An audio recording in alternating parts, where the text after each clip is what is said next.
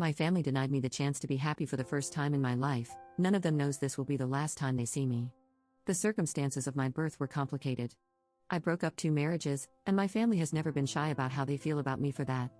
Only one of my brothers has gotten drunk enough to tell me to my face that he resents me for existing, but I know it exists within all of them, at least in some way. I'm much younger than all my siblings, and there was so much that happened out of our hands that I made excuses, but my whole life, I've never quite felt part of the family. As a child, I told myself we'd make up for lost time once I got older, and we could talk as equals. Now, at 23, I see glimpses of the life I wished I'd have, but in the end, I'm always too much trouble to be included. No one talks to me, and I hear everything from my father. I had to find out my niece was in a car accident from him. I had to find out my other niece had a miscarriage from him. I had to find out my oldest brother had a brain tumor haphazardly on a phone call with my father, which he didn't even know I was unaware of. I've known for a while I'm the only one trying, but for the sake of my dreams, I've given every opportunity for them to let me in, but I just can't do it anymore. I have a psychiatric service dog who aids me with CPTSD. He is the single greatest thing to happen to me. Not only did he save my life from myself, but he has made life livable. He can tell when I'm panicking, and he knows pressure therapy to help me through an attack. He stops me from hurting myself in meltdowns, sits with me until the only noise I can hear anymore is his snoring on my lap. He allows me to go grocery shopping by myself. He is my soulmate, and anyone who knows me knows how important he is to me. My dating life isn't thriving, so I took a shot in the dark and asked my niece if she minded if I brought my service dog as my +1 for her wedding at the end of this month. I have to fly across the country to go, so I will be bringing him anyway since I cannot fly alone. I figured it couldn't hurt to see if he could not have to stay in the hotel all night. I do not technically need him for the event, since I'll know every guest, and I will be drinking pretty heavily to cope, but getting to spoil him with a bow tie, dancing, and steak sounded like the perfect reward for helping me on my flight. Several times, I emphasized that I understood it was an odd request, and she could say no if she wanted. She was emphatic that he could come. She said even if I found a date, he could come. I was elated. For once, I felt seen, I felt cared about, I felt valued. And then I got a call from my dad.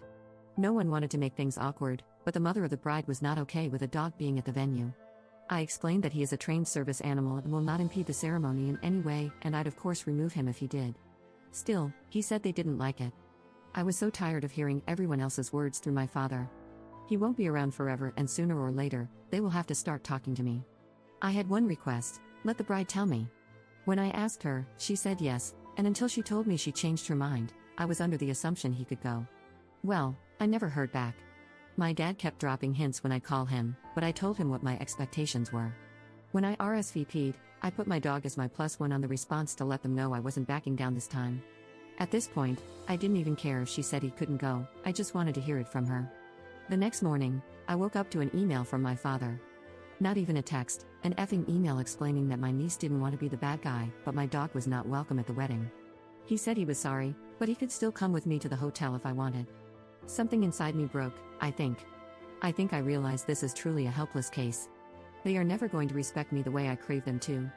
To this day, not one of our conversations has been started by them. I always initiate, and now, the one time I request direct contact, I get an email. Family means everything to me. Over the last few years, I've redefined what a family can be, and if right now, my family needs to be a very damaged orphan and their service animal, I'm grateful I have that much. So, I'm going to the wedding, and then I'm never going to talk to any of them again.